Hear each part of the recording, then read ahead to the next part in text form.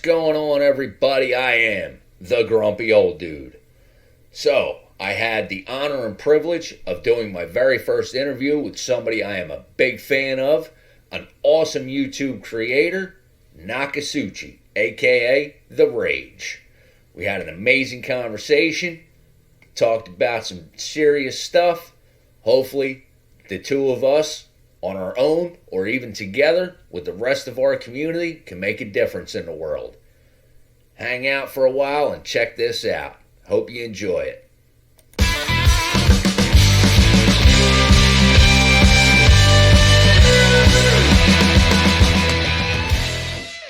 What's going on, everybody? I am the grumpy old dude. I have a special guest with me who I am very honored and proud to be interviewing, Nakasuchi, aka The Rage.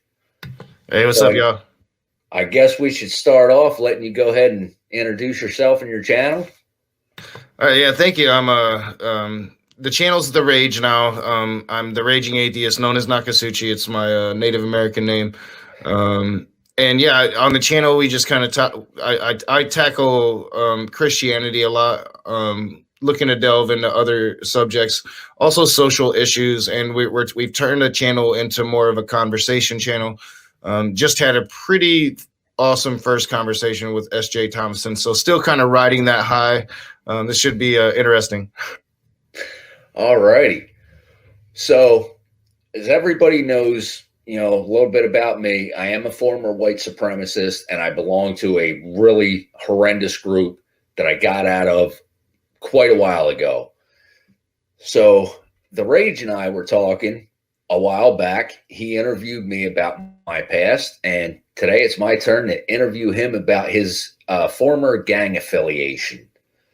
Now, I'm not real familiar with the gang that you were in. I just know that you had some kind of, gang affiliation. Can I ask, what is the group that you belong to? Yeah, it was called Folk Nation, or Folk, FOLK. It was the way it was described to me. Now, I think that the different sects of the gang in different cities have different cultures and histories, different enemies. So I'm fully aware that some things that I might say about folk to other folk might like, what the hell is this dude talking about? This is merely how it was in the prison that I was in and in the gang that I was in. Folk was pretty much cousins of the Crips, to where the Crips pretty much didn't let white people into the gang. As in the folk, you could be white and you could be in the gang. You could be in the family. Okay. So it was a lot like that. It was Crip. If you wore red, you were an enemy. Bloods, Vicky Lou's, as we called them. So yeah, it was a kind of a street gang mentality. But most people know the Crips. They don't know the folk. But I was folk. Okay, yeah, and I'm one of those people. I don't think we had them out in New Jersey, where I'm originally from. So I had never heard of that until I came on your show and you were saying, about the folk, and I'm like, man, who is that now? So yeah, and they approach you in pretty much the same way. They offer you a family when you don't have one. So I was in prison, so they offered an element of protection, and I kind of resisted, and I'm gonna be talking about that on my channel. But yeah, it's I think the way that it started was kind of this family on the streets in an era where, especially Black people were very marginalized and had to kind of run in packs to protect themselves. So I think that that's where it kind of came from. And as I said, like Crips, at least the Crips that we knew, didn't allow white people in. So if you were white, the only real way to get into that kind of family would have been through the folk or another subset of the Crip Nation, whatever it is. Okay, yeah, that was going to be my next question. Yeah, so now, like, you were still pretty young when you got into this, right? Well, yeah, and I was very naive, I was like a hippie kid, you know. Like I was talking about this in the video I just filmed yesterday. I was I haven't thought about this in years upon years, so I've just been recently thinking about all this shit again. I was a sports star once, so I was in a very rich white community, to where I had a certain level of elevation just based upon being a sports star in that small community. Um, but I was also this really hippie kid that, you know, listened to the Grateful Dead and Nirvana and smoked weed and was like peace, love, and happiness, man. And then I get sent to prison, and I'm faced with a choice, like, you know, join this gang or get your ass beat every single fucking day. And eventually I was like, you know, I'm tired of getting my ass beat. I'm going to join. So I didn't really have a choice in it unless I just really were to do something inhuman and just suffer, you know, just beating day after day after day. And in that situation, and you know, I'm a big man. I'm 6'5", 250 pounds. Even back then, I was a lot more powerful and muscular than I am now. Nobody can take that. You know, there's no fighting back against that. You know, just a punch to the back of the head out of nowhere when you're walking down the hall, and you know, join, motherfucker, join. So I mean, there's nobody that's going to really, I mean, unless you're just some badass dude, be able to resist that for very long, you know. Yeah. So, like, how long was this? Just while you were in prison, and then you got out when you got released from prison? Well, it was, and it was only a short time in prison. It was due to the circumstance. But like when I was in it, I was in it. I was completely brainwashed. I was hurting people. And I talk about a couple stories in particular in the videos I got coming out soon, to where I really hurt human beings, and I was into it. And it's, you know, I know that I'm gonna have like Christians when they see me talk about this shit, say that, you know, it was like God's intervention. But if that were the case, I wouldn't be an atheist 25 years later. But I really had intervention happen. Because had I stayed in the prison I was in, I'd probably still be in prison. I'd probably be in prison on a murder charge without a doubt. But they transferred me to a drug rehab for inmates, pretty much right at the right time. So my last 8 months I spent in that. I had this transitional period from coming out of prison into a normal life, in a situation to where it was just absolutely forbidden to gangbang. You got sent back to regular prison if you showed any colors or any signs of any of that. So I got lucky. But even then, for the first probably year and a half outside of prison, even though I wasn't running with folk, I was still running with gangbangers, and I was still running with drug dealers. And I even speak about it. I sold crack for about 6 months. And it took a progression to really get out of the mentality. And it took my Christian aunt offering me to come, you know, here, come live with us in Grand Rapids and go to college. We'll get you into college. We'll make sure you get into college. So I probably had opportunities that a lot of people just don't have to try to come out of the gang. Yeah. Now, see, that's another thing that differs between us. I've never been in the drug scene. Like, it freaks a lot of people out, but that was just never my thing. Yeah. Do you think that played a part in you know, getting into this gang? Well, oh yeah. For one, I'd have never went to prison if it wouldn't have been for drugs. I became addicted at a very young age. Like even just my story is just probably so unique because like we were born here in Battle Creek, Michigan. My mother and father divorced really young. I think I was like 3. My baby brother would have been 1 at the time. And we didn't know my dad for like the first 5 or 6 years of our life. We just lived with our mom. And then he came back into our life. And then around when I was in the 4th grade, he maneuvered. I won't say my mother would say he tricked her, but I would say he probably maneuvered himself into a position to get full custody. Once he did so, he moved us to North Carolina. So it really separated us from our mom and the life that we had grown up living. So I was subjugated to all these different lives. and I became a sports star in this small town down there. But I still had all those elements from this very impoverished life that I'd lived up here in the North. So they just didn't combine. And when sports was taken away from me when I was like 17, I believe, I hurt my ankle. I started doing a bunch of drugs, and it was like the doctors got me started on it with the pain medications. Yeah. And when they stopped giving me pain medications, then I started doing, just Xanax and whatever I could really get my hands on at the time. So yeah, if it wasn't for drugs, I would have never landed in prison. And if I'd have never been in prison, I'd have never been in that gang, without a doubt. It was more likely that I would have been in the KKK probably. Really? Yeah. Well, just because in North Carolina, where I was growing up, a lot of people were in the KKK. And I'd already had that period of my life to where I'd kind of rejected the racism.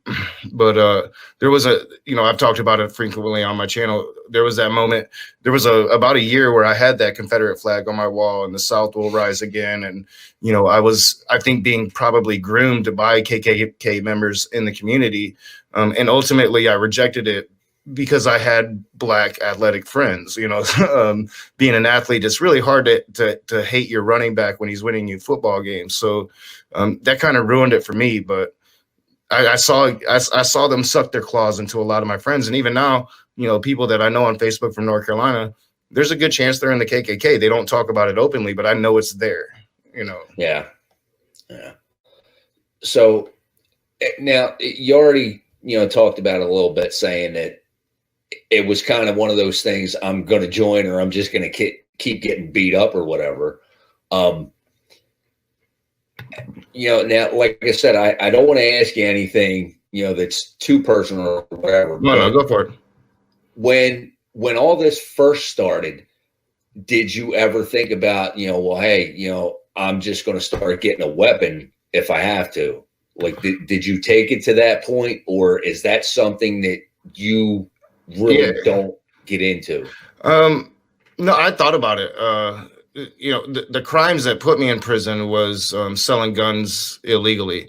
I was selling them on black markets. I was selling them to a Mexican cartel. So like, I had no issue with weapons back then. Like, those issues came later. I actually did have a shank, but I don't think I could have ever really brought myself to use it. And I say that just because the person I was at the time. Now, if the person that I was a year later, I probably would have killed a couple people. I would have used that shank, but I had it, but I don't think at the time I would have actually been able to use it.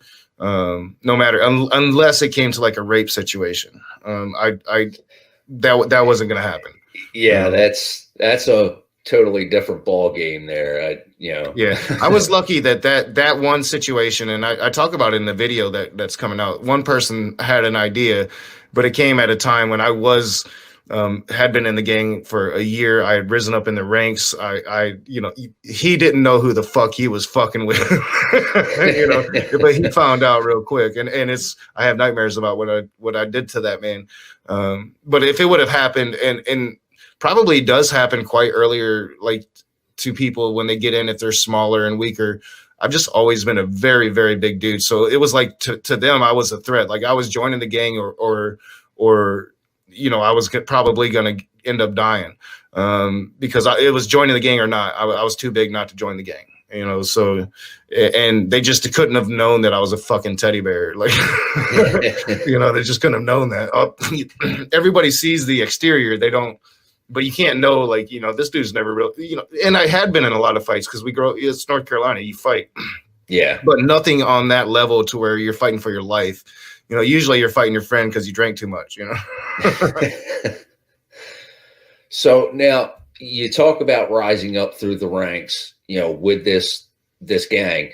And I'm assuming that means what we would call putting in work. Yeah. I even call it that in the video. Putting in work. So a ground level soldier, if somebody with rank tells you to do anything, you do it and you don't question it. Yeah. They tell you to go hit a guard in the face. You go hit that guard in the face and you're going to catch some time. Luckily, they ended up being pretty good dudes, So But other gangs would do that shit. The 5%ers was our major enemy in the game in that prison, and the 5%ers would straight up make their new people go right up and fuck a guard up or some shit, something that's going to land them in segregation to see if they would break in segregation, because that's really honestly a pretty good tactic. You want to know if your soldiers are going to break under pressure. Yep. See if they're going to tell whatever. Yeah. You know? I guess one of my biggest questions for you was, which you kind of already covered it. So this gang wasn't necessarily racist or hate based. No, not to an extent. Like so if you're a white dude, you had to do extra work. You had to prove that you had the heart. Okay. So not just any white dude could join the gang. It got to a point to where it was like everybody on the hall was going to join the gang, and I speak about this in my video. There was this one white dude in specific that they were just insisted that shouldn't have joined the gang. He had mental issues. He was on I can't remember the drug that they gave everybody for the mental issues, but we had a joke about it back in the days. Like I can't even remember the name of it.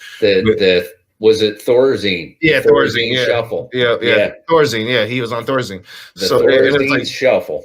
Like this kid, he's don't. But when I first joined, it was more of a Black pride thing. The only reason, again, like they even had me in their sights was just I was this big, massive dude, and so it was, and I think it was. The bigger you are, they're going to test you, and that was something that they tell you in jail as you're waiting to go to prison. Somebody's going to test you. You better fight back, motherfucker. Like you hear all these stories.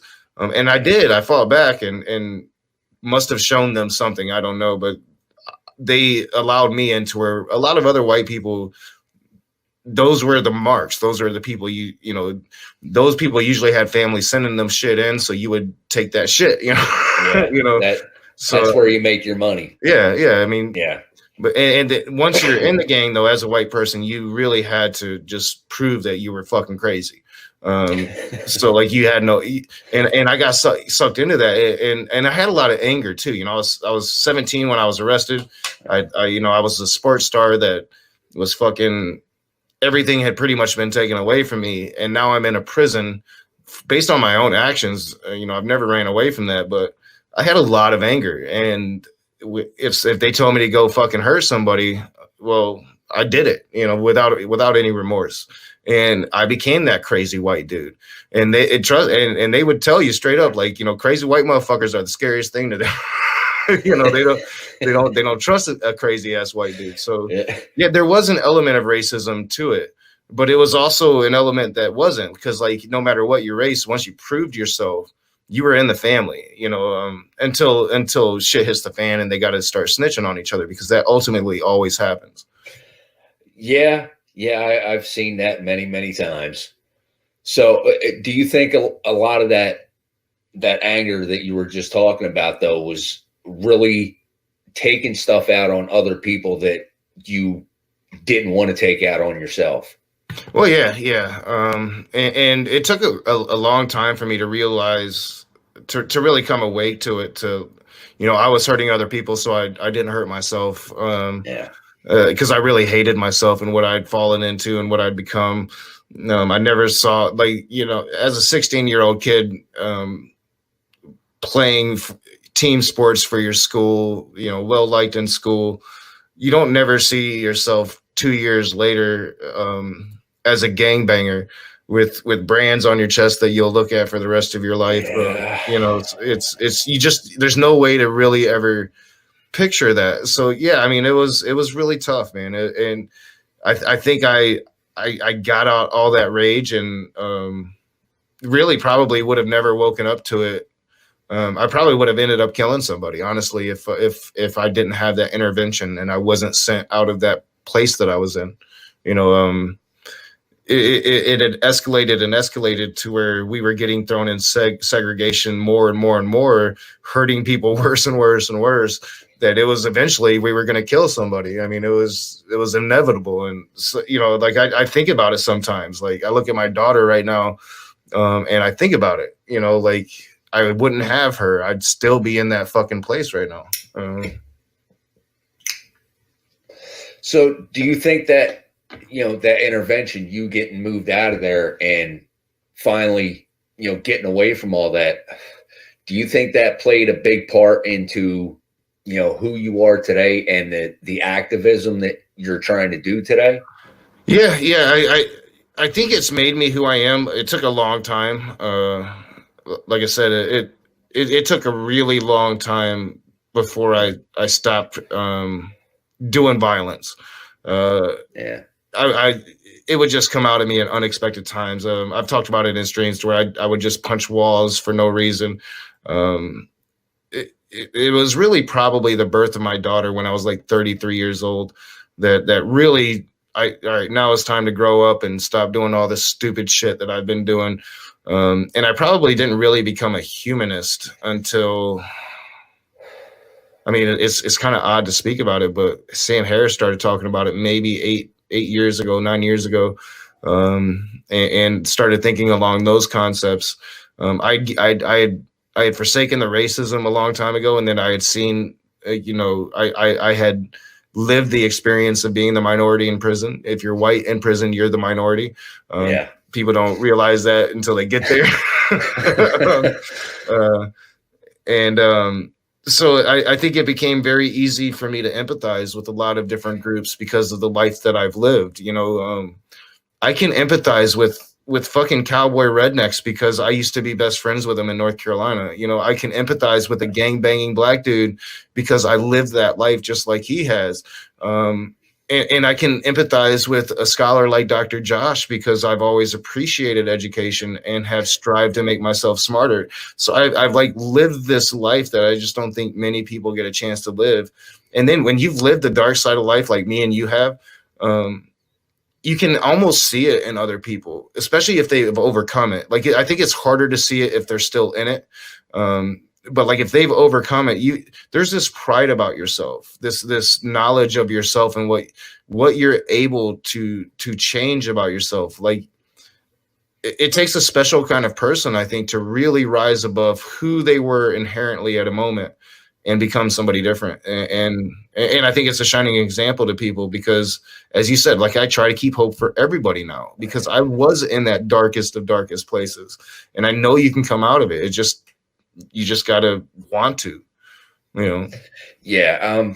I catch myself sometimes still being really critical of, you know, of myself because of my past. And my wife has to remind me every now and then that you're not that person anymore. Mm-hmm. But it's the little things. I get mad about something and whip something across my desk, and I'm like, yeah, you know, I'm still this idiot that wants to smash stuff, you know. Oh, yeah. Just like, I've noticed about myself, like, because it was so long ago. I've been who I am now, probably secure. This activist I am now for at least 10 years. But there was a time, like when I was coming out, that it took a long time for me to really find myself again. And I've noticed in conversations that I've had with alt-right white kids coming out, trying to get out of that alt-right movement is and sometimes my reaction is some of the things that just slip out of them that they type in or whatever. And I'll have this just like really just reaction. You're still a fucking Nazi. Yeah. And I'm not helping them. Like, you know, like I need to realize that I used to be that, and it takes a while to get out of that, and it will just slip out of you. And if you have some lefty that, and you're trying to understand this position that you're not used to, and you have some lefty just like judging you because you said this one sentence that you might have said 10 years ago and it just slipped out of you. I think that we need, I need, and we need to be more conscious of that because we're not helping them come out of that ideology by being down on them for having it in the first place, you know? Yeah, and that was perfectly put.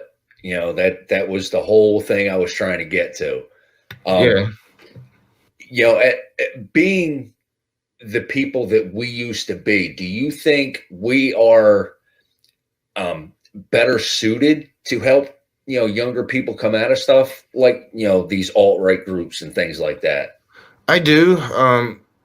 With the alt-right ideology, it's I think it's a bit harder. Um, It because can be. yeah, because it's like so ingrained, and oftentimes it comes from a true act of rebellion, because you're truly seeing wrongs that you see in society, but you're just focusing them in the wrong negative way. So it's hard to make people see, like, if they see themselves as doing right, to make them see that it's wrong. So it's really tough, but I think that people that have come out of it before are better suited, because you can. I think people in their places of privilege don't often see that privilege. So for people like us, it's probably really a lot easier for me to see SJ's privilege than it would be for SJ or any of her friends to, so it's, you've got to talk them down from that place of privilege. And that's hard with human beings. But Yeah. When you have that experience of saying, hey, no, I've lived this life, well, then you bring a different element to it. And I think that then they can relate to you, and then they might actually listen to you more than somebody sitting on their high horse trying to speak down to them, Yeah, definitely. Now, as far as your brands go, have you ever thought about doing something to try and cover them up or anything? I thought about it. I've thought about accentuating them with tattoos. I've thought about trying to cover them up. I know that there's like skin grafts you could do. I've never really had enough money to really look into it or even consider it. After about 4 years, though, it became a kind of a thing of pride. It's always better when your body's in better shape, but yeah, it's something that most people don't have. A lot of people see them and they think that they're white supremacy. Mark, I've had that. Even like black people that in the gang that should know what the symbols mean. They see a big white dude with this shit on. He's like, there's a Nazi, And no, that's not a swastika. That's two C's, my dog. That's two C's, So it's but yeah, I mean, it's become like a thing of pride now. It's almost like, it reminds me of a life that was so long ago, but it's a life that I can reflect on and actually have some element of authority when I speak of these matters, Yeah. that even your smartest PhDs, if they're speaking on these things, they're not going to be able to have that level of authority. And these are serious issues that a lot of PhDs put their fucking brilliant minds to. Yeah. And it's people like us that understand it better than them. So, yeah, I think that it's vital for us, especially if you want to like solve, these group mentalities, and especially when they go negative, because I don't think that group mentality is necessarily always a bad thing, but if they go negative in the negative direction, whatever they are, racism or violence, a lot of the folk and street gangs now is pretty much based around the drug trade and territory. So it's a huge epidemic in this country that should be looked upon, and you're going to need warriors that have been in those situations to guide your brainiacs to the solutions. Yeah, and that's where I think you have an advantage on me, because like I said earlier, I've never been in the drug scene. I've never gotten it. The most I ever did, I smoked like 2 joints my whole life. Oh shit! And I've never done anything. I've been getting hard. high the whole stream, man. Yeah, yeah. I've never done anything hard. So I can't really talk to kids that are in that drug scene or doing the whole gang scene because of drugs. Well, and that's like a different element of the creativity movement from other neo-Nazi movements that I've seen, because a lot of neo-Nazi movements are involved in that element, especially like, speedballs. Heroin is a huge traffic for the neo-Nazi trade. And that's something that I've never really spoken on, the creativity movement. So in the next update, maybe I should include that, because yeah, it's a very clean, no drugs, nothing like that. Yeah. Nothing. Most of the people that are in creativity follow a strict diet the whole night. And I was a straight vegan for a long time. You know, Man, I wish I could give up the meat. I need to eat more vegetables. I'm gonna die. yeah. So, like I said, I think that's one big advantage you have, you know, as far as talking to younger people and relating to them more. Yeah, I do see hope. Like I haven't really looked at the numbers, but it seems like this younger generation, and I know you still have your inner city issues, and then but I don't know. I think I got a knocker on Amazon, so I'll be right back. I'll be right back. All right, man. All right. So while Knock is going to answer his knock, um, you know, like we were saying, as far as creativity, it's very clean. You know, I never been into none of that stuff, so I can't really relate. But at the same, even if kids are out there doing drugs, I can. What happened? We there? You cut out in and out for a minute. Okay. Okay. Yeah, I can Yeah. still relate to the whole gang scene Mhm. and that group mentality thing. Yeah, yeah. In prison, it wasn't so much about drugs. It was more the group mentality and the protection. That's how it is on the streets. In prison, yeah, you did have some people bringing some stuff in, but it was Yeah. more just territory. You know, you land on this hall, you're going to be part of that gang. This gang is aligned with this gang, and we're not aligned with those motherfuckers. In fact, we're going to hurt those motherfuckers. Yeah. Yeah. So it was probably more along the lines of what you're used to, what I lived. But a lot of gang members, like if you actually were in a set outside of the gang, and I moved to like 4 days after I got out of prison. I moved from North Carolina to Michigan, and we had Crips here, but we didn't have folk. So I ran with a lot of gangbangers and thugs, but I didn't have, what I was to fall back into. So I really got lucky on a lot of different levels. You thinking back about it, it's just, a lot of luck involved, really, or I'd be a completely different douchebag right now. I'd probably be dead, Yeah, either that or back behind. Behind bars for the rest of my life, without a doubt. It's almost surprising that I didn't, because I was a hellion coming out of prison for a long time. And if it wasn't really for finding humanism and really devoting myself to studying the God question, shit, man, I probably would have done some serious harm, but if I was able to find myself. It was, the first thing it was, I always related to was the what happened to Matthew Shepard way back in the day. And that was like my first little really deep delve into finding some glimmer of humanism in people that I couldn't understand at all. I'm a straight hetero dude. I can't understand a gay dude. Never lived that situation, but I felt just such empathy for what happened to that young man. So, but it took a long progression of that, from that moment to getting to the point that I am today, to where I love all human beings, even people that I disagree with. Like, I'm so conflicted on whether or not I want neo-Nazis taken down from YouTube or conspiracy theorists, because if they do it to them, they'll do it to us one day, and it's what is truth, but a matter of perspective and the situation you're living in at that moment. So it's I don't know, it's so wish-washy and such a hard subject to tackle, and then especially when you've lived it. And I was kind of talking about it earlier in the stream today. Like, I knew murderers that I've seen do really good shit and be really good human beings, and when you've been in that situation, it's hard to hate Karen, Yeah. Speaking on that, as far as taking people down from YouTube and everything, do you think that sometimes it is necessary, as far as when they start actually advocating for violence?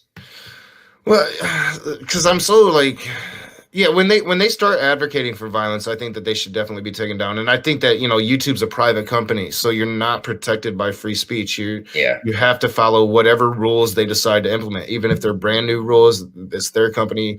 You got to follow them. My thing is, because I was raised in this Southern mentality where free speech is actually, they talk about how important it is while they don't practice it. Free speech is only good for our side and our point of view, and fuck them snowflakes. So I don't. It's when you see what the level of misinformation has done. When you see what Russia was able to do just with misinformation alone. When you see the results of having Donald Trump in office and his ridiculous response to this coronavirus, we're about to open it up. A lot of people are going to fucking die because he's just ignoring everything the scientists are saying. He's brushing it under the rug. Then you really have to start to think that when does free speech result in all of this, right? And so I think we really need to look at it and say, all right, let's decide now, like, does truth matter or does free speech matter? But then you have that, Orwellian, George Orwell, I believe it was, that wrote 1984, and you have that whole problem right there. So, I mean, it's such a hard conversation to really come to any determining conclusion on, really. I think something has to be done, though. I mean, I think when you see what Trump has done and how Russia was able to put him in office and sow this chaos just using misinformation. They didn't hack the elections. They didn't hack the voting booths. They just used misinformation. You have a serious fucking problem. Yeah, and that was going to be where I was going next. They got what they paid for, too. I mean, they could not be fucking happier with getting that man into office right now. Yeah. As far as, gangs and other things like that, according to the latest, thing that I looked at on the SPLC, we are now up to 1,020 different hate groups in this country. Yeah, I saw that too. It's risen dramatically over the last 4.5 years, I think. Oh, yeah.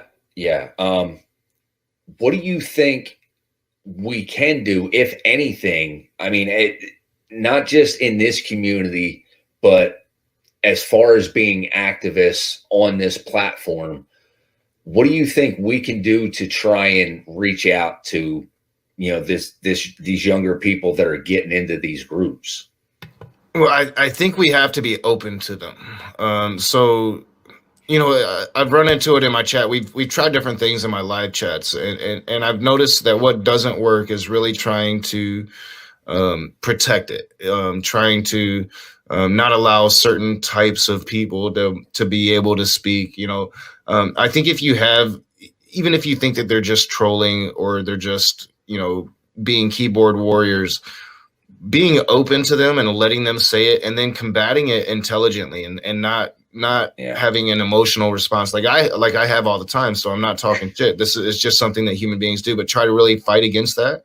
And have an intelligent conversation to where you're combating them, but being open to them is going to go a lot farther than just being, oh, you're a fucking Nazi, which I, again, am fucking guilty of. Like, I say it in streams all the time, and I'm like, I know it's wrong and I shouldn't do it, but they're fucking Nazis, So, and I think that that's needed sometimes too, though. Like, sometimes you have to call a spade, and too often, I think this culture of be nice and play the middle and not call them what they are has led to what we have.